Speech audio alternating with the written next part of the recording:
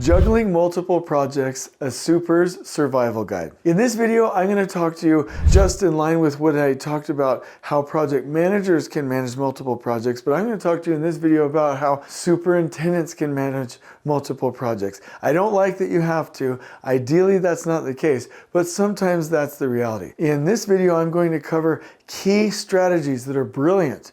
I'm going to give you some references that you can read and follow. And I'm going to give you some advice that can be game-changing if you simply take the time to learn it and implement it. So if you're into that, and I think you are, please stay with us on this video.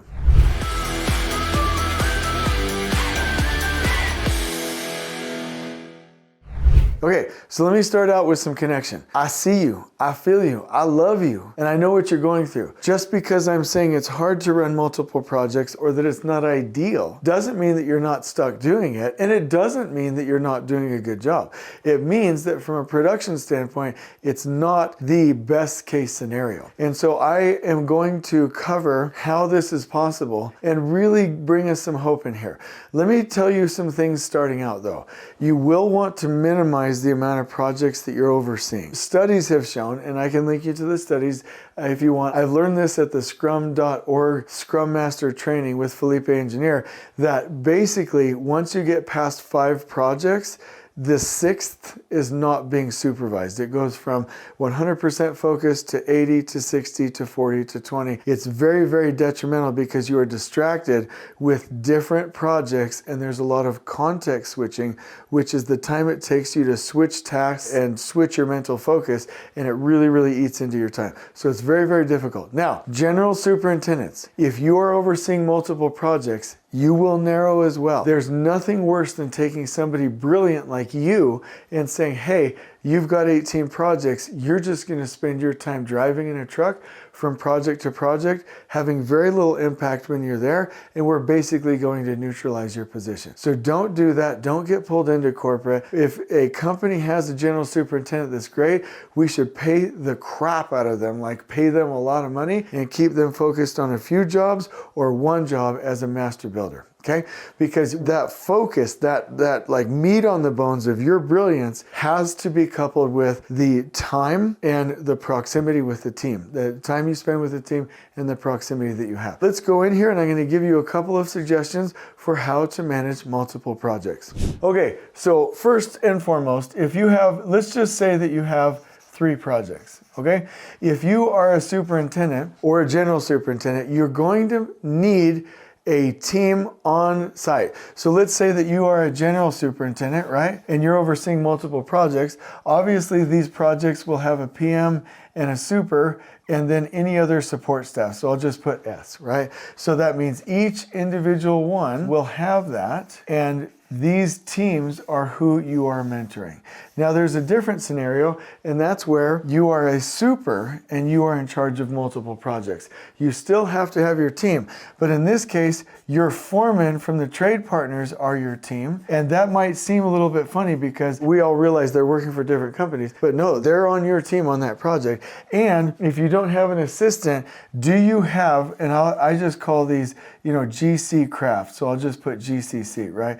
Do you have somebody on site that's OSHA trained, that's first aid CPR trained, that's responsible, that can help you to check in and make sure that things are running properly? So first step is you must have your team, and there's different ways to do that. That means consistent, stable, disciplined people on these projects. The second thing that you're going to need to do is on every project is have visuals. The larger projects, it gets a little bit more complex, but let me just keep it simple. Let's say you're a superintendent and you're overseeing 3 different projects.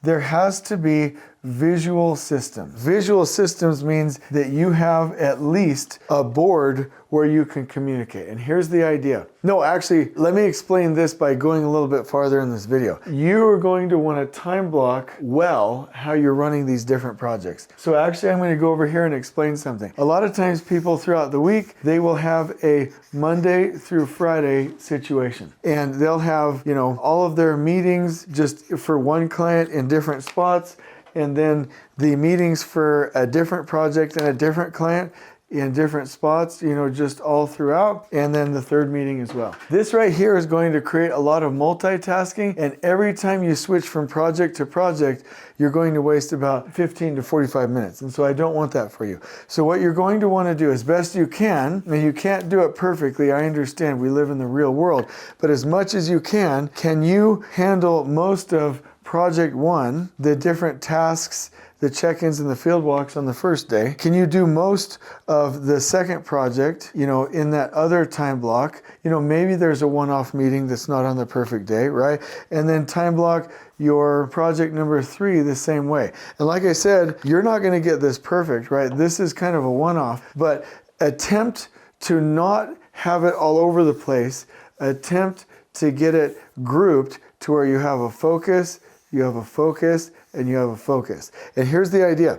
On a typical project, you will have a meeting on Monday for the team, a meeting on Monday to look at the strategic planning, a meeting on Tuesday for the trade partner weekly tactical, and then daily foreman huddles, okay? And that is a meeting cadence that's spread out throughout the week. That's if you have one project.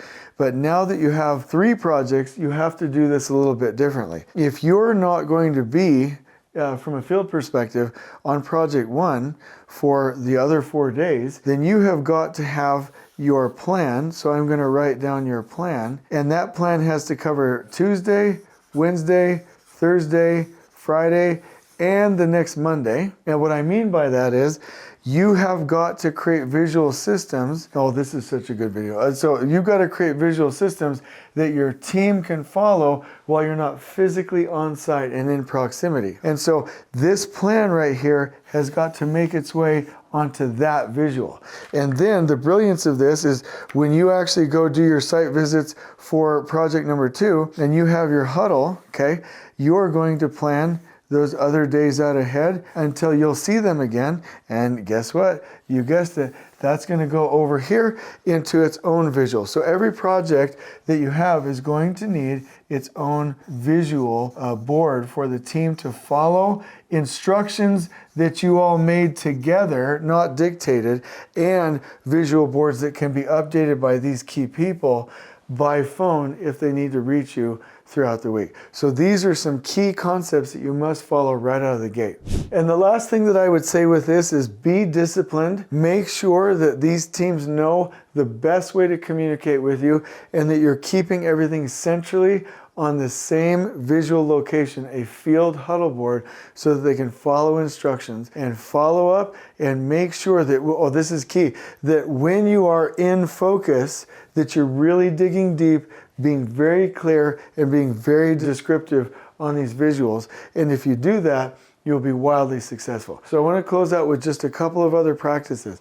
When you're doing this, make sure that you prioritize tasks. So you cannot have any waste. Every day when you're going through your personal organization system, eat the frog first, meaning the most disgusting, hard thing that you need to do that every day. So make sure that you and your role, you prioritize.